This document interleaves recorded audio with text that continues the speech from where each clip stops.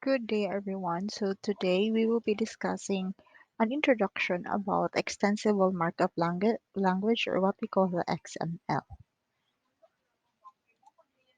So first, let us define the objectives of this particular topic. So first is you need at the end of this discussion, you should be able to create XML files, and then you should know how to insert XML data into the database, and of course retrieve the XML data and display it over a web page. So first, let us define what an XML is. So it stands for Extensible Markup Language. It is a language that uses the markup and you can extend it, meaning you can define your own. You can define your own tags. Unlike in HTML, that all tags are what to call this one, already predefined. Here in XML, you can create your own tags, and you can have your tags to be self-descriptive according to what your data is all about. So, by the way, XML is not a programming language. So here are the features of XML. So first is it is extensible and human readable, and it is a platform and language independent. So across whatever platform, you will be able to what they call this one, retrieve data using XML, or view data using XML. So then it always preserves white spaces, and then its overall simplicity. Then it's self-descriptive in nature. Then it separates data from HTML. So tags are not predefined. All you need to do is to define your own customized tags. And then XML was designed to carry data, not to display data, meaning the contents of XML, regardless of design, it's purely data. There is no design within it because you can create design using HTML rather. And markup code of XML is easy to understand for beginners, and it should be well structured format, and it is easy to read and write from programs. So XML is an extensible markup language just like HTML. So let us go to the different parts of an XML document. So there are two types of encoding when you are going to create an XML document. First is you have the UTF-8 or the UTF-16. So when you say UTF-8, you're going to use 8 bits to represent each characters, or for 16, you are going to use 16 bits to represent each characters. However, in most of XML files, we are using UTF-8 encoding. So this can be found as part of your XML document. Then let's go to the basic syntax of XML. So as you can see here, you have the XML tag, or your declaration, the declaration of your XML. So you have here the opening tag XML without a closing tag. And then you have here the version and then the encoding, which is UTF-8. And then you have here your root element, then your child element, and your subchild element. So if you are going to have multiple, what they call this, one, multiple data in one XML file, then you can just repeat the child, or you can just, yeah, copy the child with the subchild elements within the root element. So let's have an example later. So next is let's talk about tags and elements. So when you say tags, it works as a pair it works as a pair, meaning you have an opening tag and a closing tag, except for the declaration. So if you can remember, you have here the declaration of your XML document, but there is no closing tag. You only have an opening tag. So every tag consists of an opening and the closing tag. So within the tag, you have there your data. Okay. So tag names are enclosed in Angular brackets. For a particular tag pair, the start and the end tags must be identical except that the end tag has the forward slash after the uh, angular brackets. So anything in between the closing tags are referred to its content. So between each tag is what we call the content. So opening tag plus content and the closing tag all together you are creating an element of your XML. Okay? So opening tag plus the content plus the closing tag is the composition of one XML element. So let's now go to attributes. So attribute for an element is placed after the tag name in the start tag. So here's an example. So you have here the tag name is company, and then you have here the attributes name, ABC Holdings, and location, London. So name here and location are the attributes for the element company. Okay. So there are two types of attributes in this element, that is the name and location. So when you say name, it refers to the ABC holding. So this is an attribute and we call it the attribute name. The attribute name is name. ABC holdings is the attribute value. So an attribute name is also known to be the attribute. This one is the attribute name, location and name. The attribute value is ABC holdings and London. Okay. So also note that in the above example, the company is the root element. The root element is the company. The child element are chairman and what's this? GM. So let's have here the rules on how you're going to declare or use an attribute inside your XML document. So number one, an attribute value must be within quotes and an element cannot contain several attributes with the same name. So each attribute name must be unique and it should be placed within quotations, double quotations. So let's identify here, or let's have here a comparison between an element and an attribute. So for example A, you have here the root element teacher and the attribute subject with the attribute name subject with the attribute value English. On the other hand, when you say plain XML element, you only have here the root element teacher, then no further description as to what that element is all about. So basically, when you say attribute, it is describing the element. So in this case, for example A, the attribute subject describes what the teacher element is all about. Okay, so that's for the basics of the of XML file.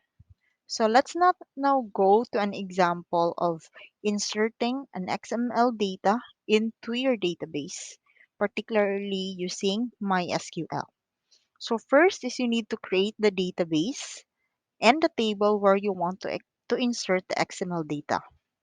Second is to create the XML file, and lastly is to create the PHP file. So first is if you are going your if in this example we are using the PHP admin. So in your PHP admin, you are going to create the sample database. So in this case, you have XML sample. And then in my XML sample database, I have created here the data or the table rather, table products with the values or with the attributes ID, name, price, and units. So once done, then it's time for me to create my XML file. So as you can observe, the content of your XML file is in accordance with your database table. So Remember here that your table products consist of four attributes. So you have here the ID, name, price, and units. So I have defined here the ID to be auto-incremented for it is the primary key. Now, let us inspect the XML file that we have created. So I have created here the XML file. Notice that I have here the declaration.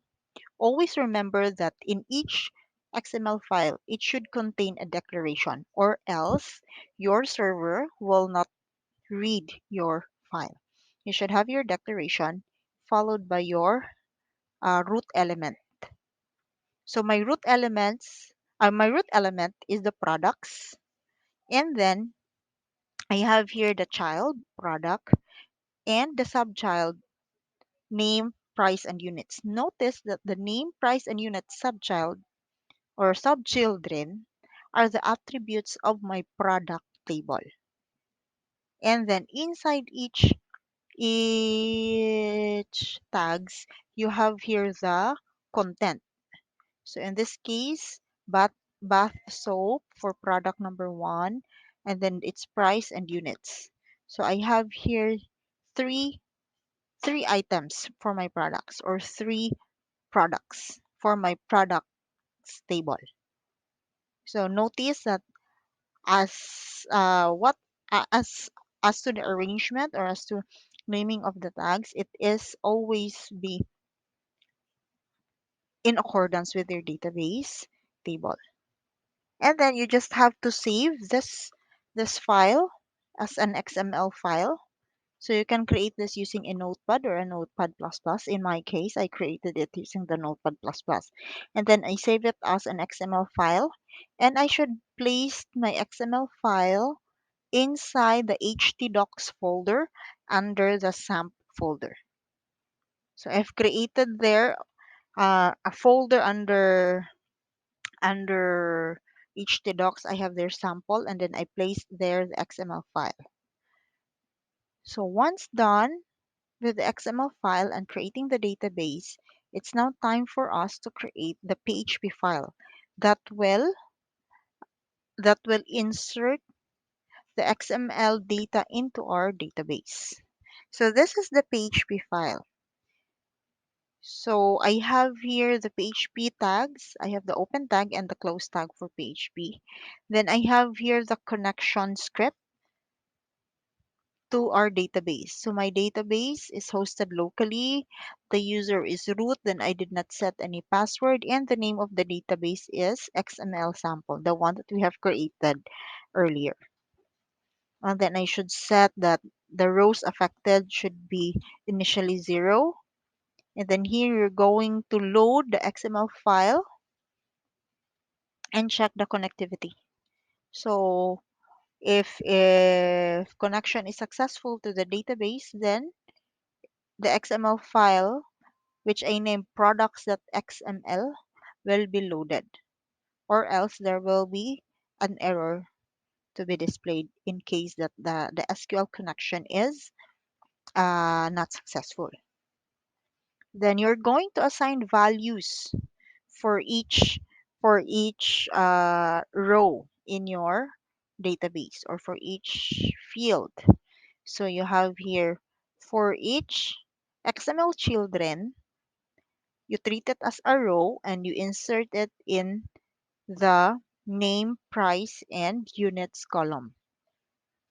Okay, for as long as there are data available in the XML file that can be parsed and inserted into the database, then this will repeat.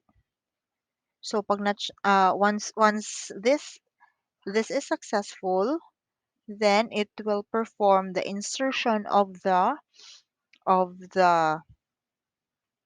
XML data into the database. So here you have the variable declared SQL, and you insert it into products for with the with the attributes name, price, and units.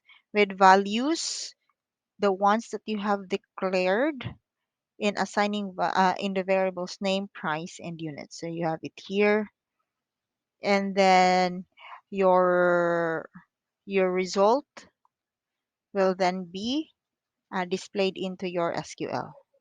So if result is empty or is not empty rather, so your variable affected row will be incremented. Else if empty na, then there will be an error.